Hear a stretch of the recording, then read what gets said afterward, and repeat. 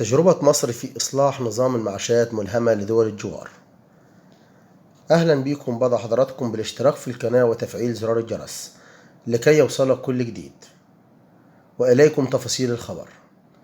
أكد اللواء جمال عوض رئيس مجلس إدارة الهيئة القومية للتأمينات الاجتماعية على أن المؤتمر العربي للتقاعد والتأمينات الاجتماعية الذي ينعقد على مدار يومي 28 و 29 سبتمبر 2022 في دورته السادسة تحت شعار آفاق أنظمة التقاعد العربية للعام 2050 التغيير والفرص بمدينة شرم الشيخ، سيشهد مناقشة التحديدات التي تواجهها أنظمة التقاعد بالعالم العربي وكيفية التغلب عليها.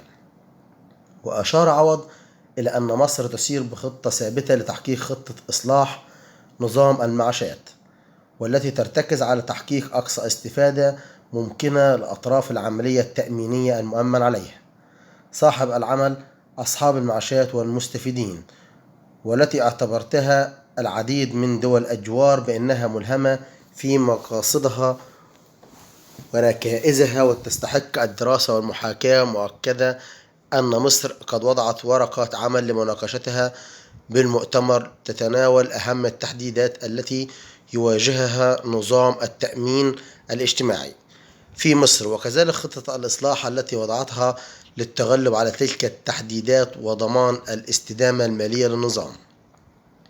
وأضاف عوض أن نظام التأمين الاجتماعي المصري من أقدم أنظمة التأمين في العالم، وتوجد دول عديدة في العالم العربي نظامها متشابه أو مشتق من النظام المصري، مما يجعل مصر قبلة رئيسية للعديد من الدول لمناقشة كافة التجارب التأمينية والاستفادة من الخبرات السابقة لمواجهة أي تحديدات مستقبلية، مشيرا إلى أن مصر اتخذت خطوات واسعة في مجال رقمنة المنظومة التأمينية للتيسير على المواطن المصري.